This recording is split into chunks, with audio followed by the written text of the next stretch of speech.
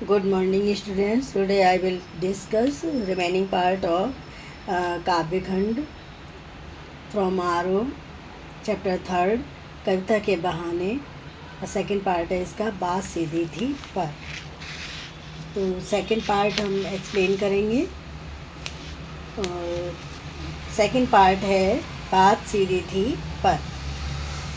First of all I will read काव्यांश। बात सीधी थी पर एक बार भाषा के चक्कर में जरा टेढ़ी फंस गई। उसे पाने की कोशिश में भाषा को उल्टा पलटा, तोड़ा मरोड़ा, घुमाया फिराया कि बात या तो बने या फिर भाषा से बाहर आए। लेकिन इससे भाषा के साथ साथ बात और भी पेचीदा होती चली गई। तो इसमें जो टफ वर्ड्स आए, टेढ़ी फंसना। टेढ़ा फंसना मतलब बुरा फंसना। पेचीदा का मतलब क्या होता है? कठिन, मुश्किल।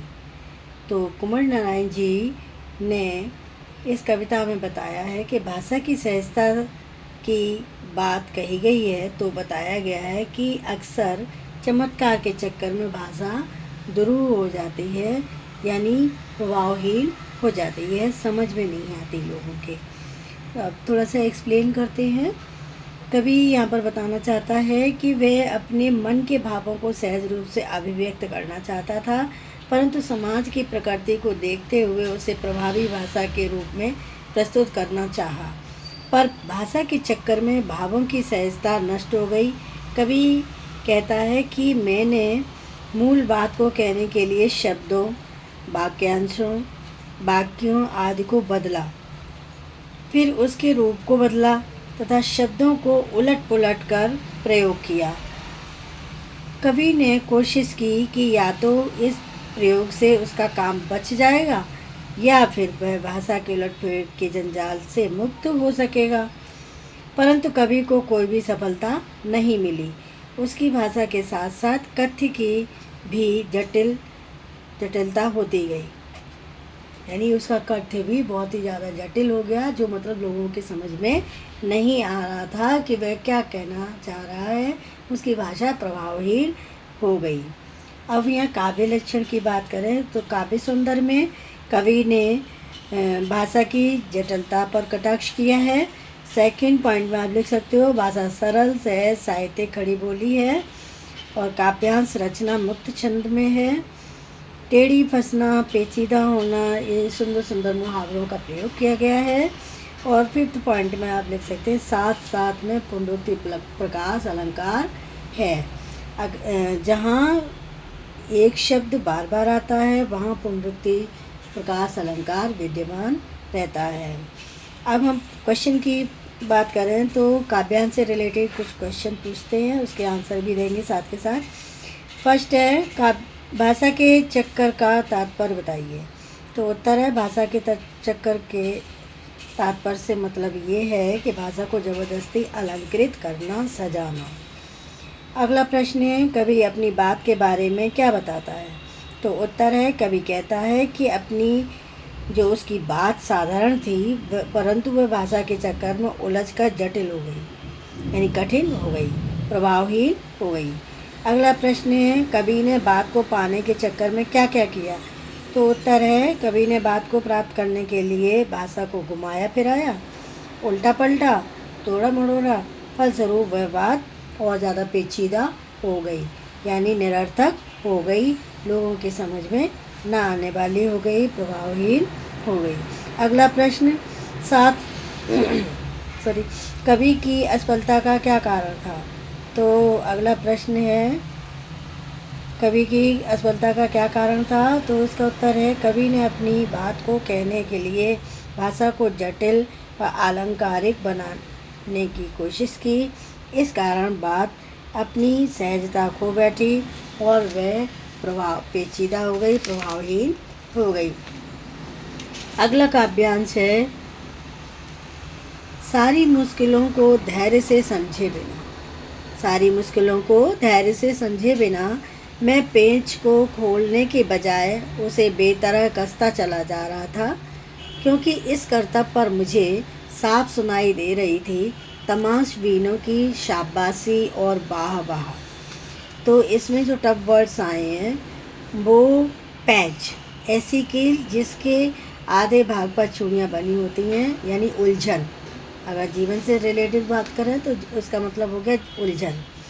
बेतरह मतलब बुरी तरह, और करतब मतलब चमत्कार, तमाशबीन मतलब दर्शक, तमाशा देखने वाले, और शाबाशी मतलब प्रशंसा और प्रोत्साहन। तो यहाँ पर जो कवि हैं कविता में भाषा की सहजता की बात बताते हैं और बताते हैं कि अक्सर चमत्कार के चक्कर में भाषा दुरूह हो जाती है। तो ये थोड़ा एक्सप्लेन करते हैं। कवि बताना चाह रहे हैं कि जब उसकी बात पेचीदा हो गई तो उसने सारी समस्या को ध्यान से नहीं समझा।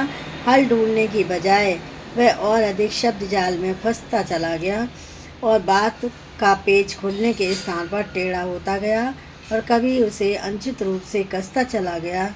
इससे भाषा और कठिन हो गई। शब्दों के प्रयोग पर दर्शक उसे प्रोत्साहन दे रहे थे, उसकी प्रशंसा कर रहे थे।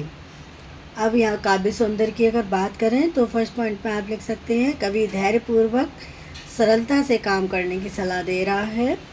और सेकंड पॉइंट में वाह वाह में पुनरुक्ति प्रकाश अलंकार है। और थर्ड में पेच कसने के बिंब से कवि का कथ्य प्रभावी बना है। और फोर्थ पॉइंट में बेतरह यानी विशेषण सटीक है। और फिफ्थ पॉइंट में आप लिख सकते हैं कर्तव्य शब्द में व्यंग्यात्मकता का भाव निहित है।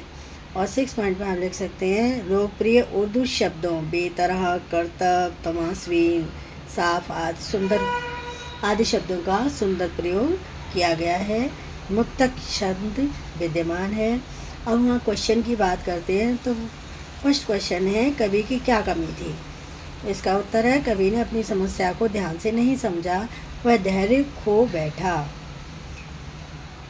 अगला प्रश्न है पेज को खोलने की बजाय कसना, पंक्ति का अर्थ स्पष्ट करें। तो उत्तर है इसका अर्थ यह है कि उसने बात को स्पष्ट नहीं किया, इसके विपरीत वह शब्द जाल में उलझता चला गया। अगला प्रश्न है कवि ने अपने किस कार्य को कर्तव्य कहा है। तो उत्तर है कवि ने अभिव्यक्ति को बिना सोचे समझे उलझाने व कठिन बनाने को कर्तव्य कहा है। अगला प्रश्न है कवि ने कर्तव्य का जो कवि के कर्तव्य थे उसका क्या परिणाम हुआ। तो उत्तर है कवि ने भाषा को जितना ही बनावटी ढंग और शब्दों के जाल में उलझाकर लाग लपेट करने वाले शब्दों में कहा, सुनने वालों द्वारा उसे उतनी ही शाबाशी मिली। तो अगला काव्यांश है आखिरकार वही हुआ जिसका मुझे डर था और ज़बरदस्ती से बात की चूड़ी मर गई और वह भाषा में बेकार घूमने लगी। ये काव्यांश 2010 और 11 में आया है। हार कर मैंने उसे कील की तरह उसी जगह ठोंक दिया, ऊपर से ठीक ठाक पर अंदर से न तो उसमें कसाव था न ताकत।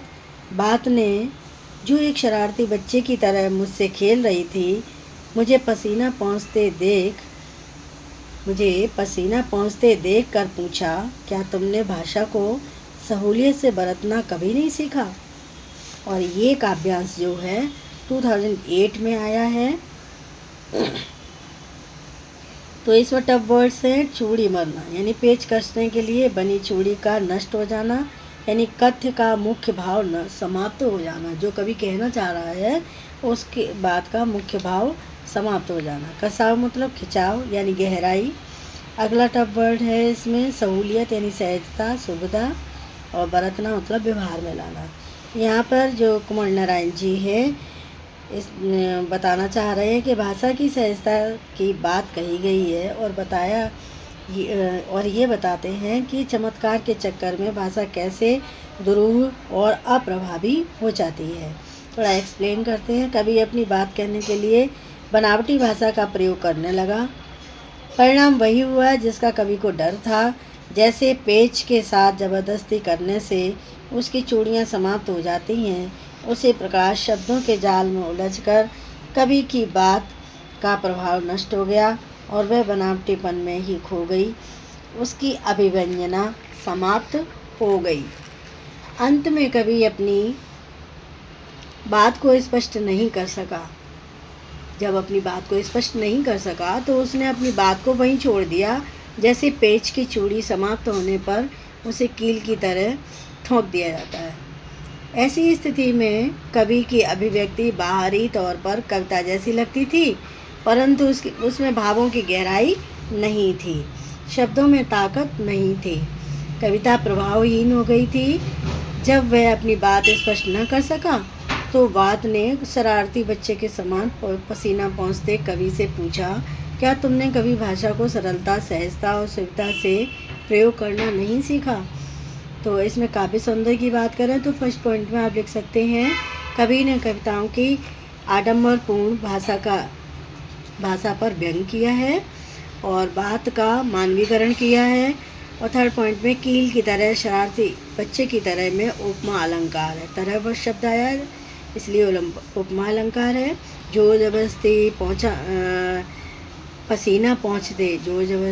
पसीना पहुँचते में अनुप्रास अलंकार है, क्योंकि ज वर्ण की आवृत्ति हुई है और पसीना पहुँचते में प वर्ण की आवृत्ति हुई है, इसलिए अनुप्रास अलंकार है। तथा बात की चूड़ी में रूपक अलंकार है। कील की तरह ठोंकना भाषा को जबरदस्ती जटिल बनाने का परिचायक है। मुक्तक छंद विद्यमान है। और लास्ट पॉइंट में आप लिख सकते हैं, काव्यांश में खड़ी बोली का प्रयोग किया गया है। क्वेश्चंस की बात करें तो फर्स्ट क्वेश्चन है, बात की चूड़ी मर जाने और बेकार घूमने के माध्यम से कवि क्या कहना चाहता है?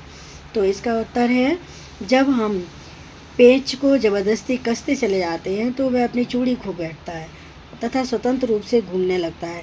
इसी तरह जब हम किसी बात में जबरदस्ती शब्द ठूंसे जाते हैं तो वह अपना प्रभाव खो बैठती है, यानी भाषा कैसी हो जाती है? प्रभावहीन हो जाती है तथा शब्दों के जाल में उलझकर रह जाती है, उसका कोई भी अर्थ नहीं होता, निरर्थक हो जाती है।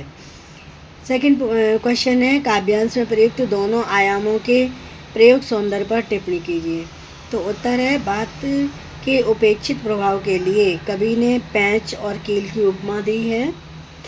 इन शब्दों के माध्यम से कवि कहना चाहता है कि निरर्थक व अलंकारिक शब्दों के प्रयोग से बात शब्द जाल में घूमती रहती है, इसका प्रभाव नष्ट हो जाता है। थर्ड नंबर क्वेश्चन है, भाषा को सहूलियत से बरतने का क्या अभिप्राय है?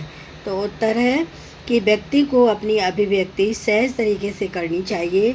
शब्द जाल में उलझने से बात का प्रभाव समाप्त हो जाता है, नष्ट हो जाता है और केवल शब्दों की कारीगरी रह जाती है।